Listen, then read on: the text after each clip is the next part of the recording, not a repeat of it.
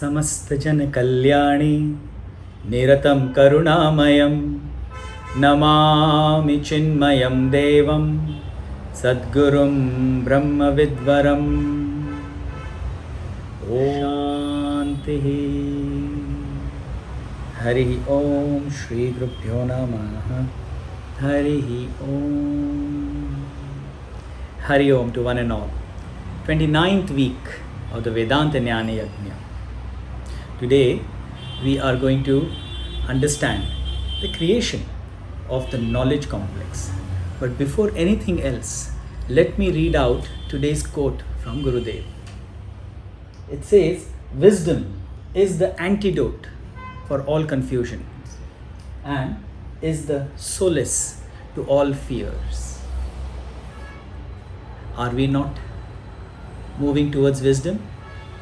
In the beginning we had spoken that whatever we are going to study, it's not going to be a dry intellectual knowledge. It's going to be very much useful to our daily lives. And this is what is our endeavor. What we have known till now is that the Tanmatras, the 5 great elements in their nascent form, they are the modifications of the 3 gunas, the 3 great qualities called Sattva, Raja and Tama. From the Sattva, Raja and Tama, we have seen from the Sattva aspect the 5 organs of perception, meaning what we perceive from the world, what we understand from the world, because it comes through knowledge. That's why perception. Then we also saw that the 5 organs of action came from the Raja aspect, from the aspect of Raja, meaning activity. In this, with these 5, what we do, what we have perceived, understood, we act, enact, we interact with the world. When I left you last time, I called these 10 as the Bahishkarana, or the external equipments. They are 10 in numbers, 5 Sattvic, the origin is Sattvic, 5 origin is Rajasic. And I had left you with a question that if these are external equipments, then the question should be, what is the Antahakarana or internal equipments? With this question, we start today's talk. The Antakarana, the inner equipment, or we call it organs, is the mind complex. Why do we call it the mind complex? Because all the 10 equipments, the external equipment, send their perception to the mind. All 5, they go to their objects, they collect the information, and what do? They send it to the mind. Then what does the mind do? The mind accordingly understands and then responds accordingly to the world through the 5 action-oriented organs. So the 5 action-oriented organs and the 5 perception-oriented organs, they are nothing but reporting only to the mind. Therefore, the mind becomes the seat of knowledge. It is the mind which reaches out through the 10 equipments and also makes them interact with the world outside. Since all 10 equipments report their individual sense perception to the mind. The eyes only report what the eyes see, but the mind takes it. The nose only reports what the nose smells, but the mind feels it. That means what?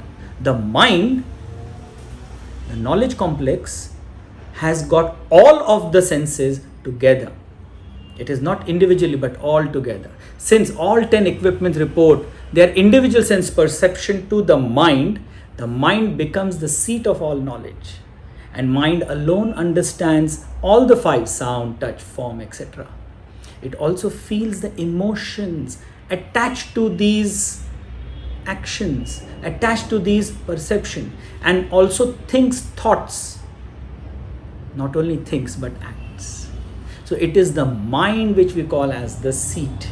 The mind complex is the seat. Therefore, mind is made up of the pure sattvic aspect of all the five together, all the five elements put together. So the mind complex, naturally when we use the word complex, it is understood that it is more than one. It is much more. So how many are there? They are 4 in number, and each one of them have different functions. The knowledge complex. On the left hand side, the first title, the inner equipment. Under it, the name, which is what we call is in Sanskrit. Then the next, the activity, and finally the presiding deity. I'll be going one by one. Let us start with Manah. Mind. Thoughts in the state of volition constitute the mind. Meaning, whenever you feel confused, whenever you are undecided, whenever you don't know what to do or how to do, should I do this, should I do that, etc. and etc. This is the state whereby the mind is acting. Also, at this time, you will find yourself very emotional. So the emotions constitute the mind, as well as indecisiveness constitute the mind.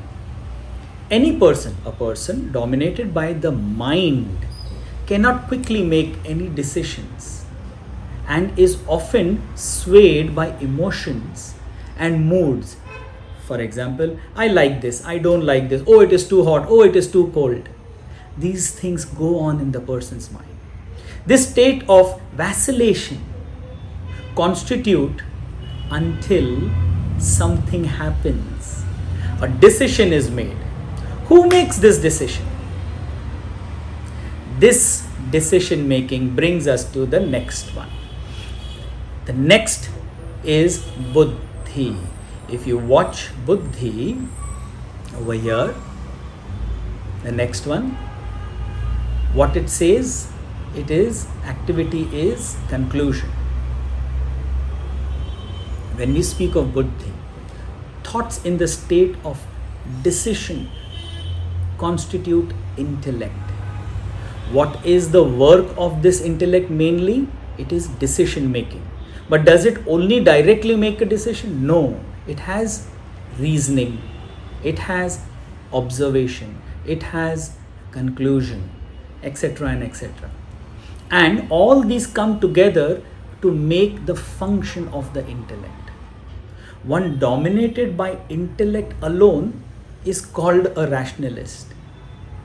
But as the Shastras say, and as we have seen in the world outside, when one becomes too much rational, when somebody becomes too rational, he becomes a dry intellectualist. Meaning, he only tries to see everything in black and white. But life is much more than just black and white. We've been seeing a TV serial called The Good Place, and there is an intelligent, brilliant professor in that by the name of Chidi. He is in a constant state of becoming intellectual. And what happens is he becomes so dry in his intellectual understanding that he is in a constant state of confusion then. So what happens when you become too intellectual? Confusion already takes place. This is where Vedanta balances the two, that one has to have the purity of mind. This purity of mind comes with emotions, with love, with care, with humility. And the other thing is that you have to have the clarity of your thoughts. The clarity of the thoughts come when your intellect becomes very, very conscious and careful of what it is picking. Remember our past, Sama, Dama, Uparama, Viveka Buddhi, exactly what is right to be done should be done. Then we move ahead to the third, called the ego, Ahamkara. at the onset, let me tell you all that this ego does not mean the ego that we feel, pride, that I am so egoistic or the person is so egoistic. No, no, no. This is not that ego. This means individuality. Now, somebody may have a superiority complex, and though we say, oh, he is so egoistic, but somebody who has an inferiority complex also is an egoistic person. Why? Because he is feeling very dull about himself. But that I-ness is in both of them. Therefore, this I-ness is what we call as ahamkar in Vedanta philosophy. Ego, not the pride, but the individuality. This is the individuality which makes one person different than the other. Now, go to think. Everybody thinks. Somebody may be a very big thinker like Einstein. Somebody may be a basic thinker like any one of us. But we all think. And when we think, we say, I think. That I-ness is the individuality, the ahamkar. So what is wrong in it? If you go to see from the ephemeral world, it is nothing wrong. But from the spiritual point of view, this is that I-ness which connects the self to the three bodies. The gross body, subtle body, and the causal body. The five sheaths, Annamaya, Pranamaya, Manomaya, Vijnanamaya, and Anandamaya Kosha. The five sheaths. It gets us identified with them. And also the three states of being. Remember the three states of being? The Jagrata Avastha, the waking state. The dream state, Swapna Avastha. And the Sushupti Avastha, whereby we are in deep sleep.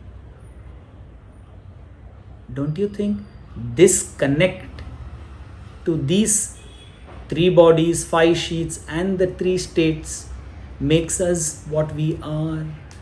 This is what we say, I am sleeping, or I am dreaming, oh, I am hungry, oh, I am so intelligent, I am so powerful, I am weak. This is what connects us and binds us, the ego. Finally, we come to the fourth part, the aspect called Chittam.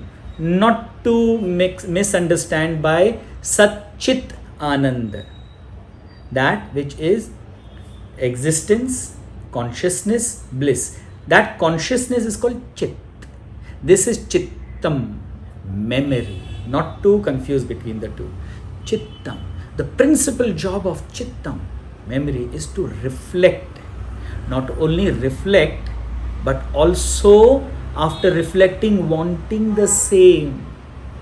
Any one of us, if there is a choice to choose a happy moment of your life to think or a sad moment of your life to think, the choice is obvious. Why does our mind go to always the memories of good thing? Because this is what our mind wants. Our knowledge wants to go back again and again. We will think, we will remember of everything. But again and again, we want to go back to that one good memory and try to repeat. These are the four. And now, the last part of it, the presiding deity. The mind, which is indecisive, is given a name of the deity called Moon. Why is it Moon that is governing? Moon is never steady. It is always changing. From new moon to full moon, it is constantly changing. Intellect.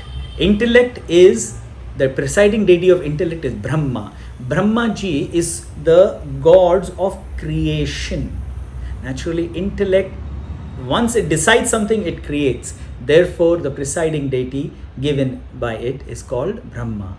The ego. Our ego, the presiding deity is given Rudra. The literal meaning of Rudra is the one who makes you cry. So if you have ego, you ought to cry.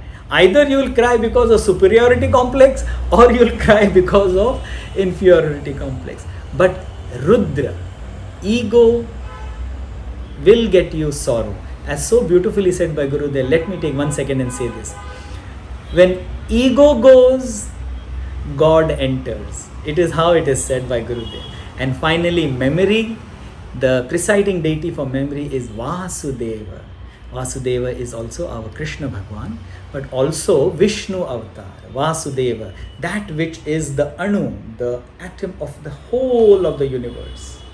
Vishvanu, Vishnu, also that which is all pervading, the long strider, Vishnu. And memory has the longest stride. With this, today we conclude the whole as the knowledge complex. Now only one aspect is left. Sattva is taken care completely today. Raja was taken care of it last time. Now what is left is Tama. With Tama, what comes into being? What does Tama create? We'll find out in the next session. I hope you all understood as well as enjoyed today's session. Please join me for the end credits.